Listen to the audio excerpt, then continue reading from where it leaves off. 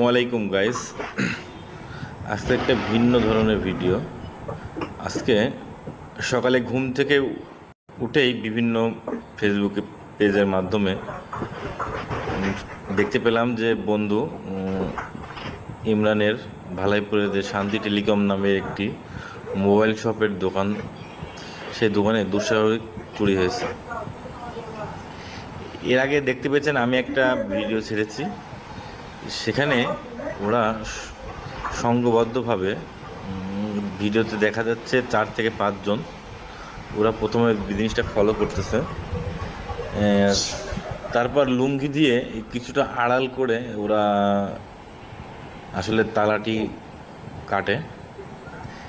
দেন এক সাইড থেকে, যেহেতু ইমরানের দুই দিক থেকে দোকানে ঢোকা যায়, দুই দিক থেকে ওর শাটার, তো প্রথমে সামনে ফটক দিয়ে ও ঢোকে।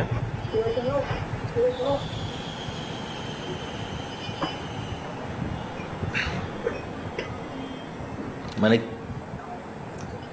কিছুদিন আগেও আমাদের চুয়াডাঙ্গাতে বাংলাদেশ টেলিকম প্লাসে ঠিক একই রকমভাবে, যে বাংলাদেশ টেলিকম প্লাস রিপন ভাইয়ের মোবাইল শপটি ঠিক একইভাবে চুরি করা হয়েছে।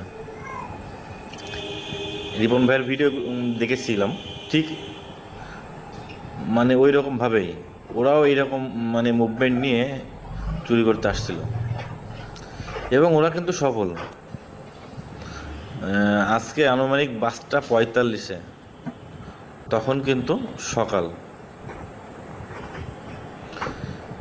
কিন্তু দুঃখের বিষয় হলো ওরা যে এরকমভাবে নাশকতা করে যাচ্ছে, আসলে ওদের ধরা ছোঁয়াই বাইরে। বাংলাদেশ টেলিকম প্লাসের মনে হয় আজও ওই চুরির রহস্য এখনও উদ্ঘাটন হয়নি সম্ভবত।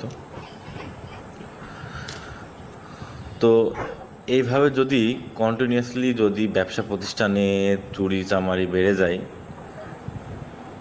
তাহলে তো মানুষ পথে বসবে।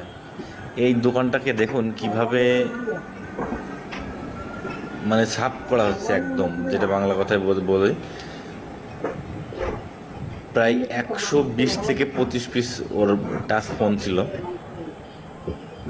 আনুমানিক ধারণা করা হচ্ছে 30 থেকে 35 লক্ষ টাকার মতো মালামাল ওরা নিয়ে গেছে। ওরা দুই দিকে 3 দিকের যে র্যাকগুলো ছিল সম্পূর্ণই ওরা গুছিয়ে নিয়ে গেছে।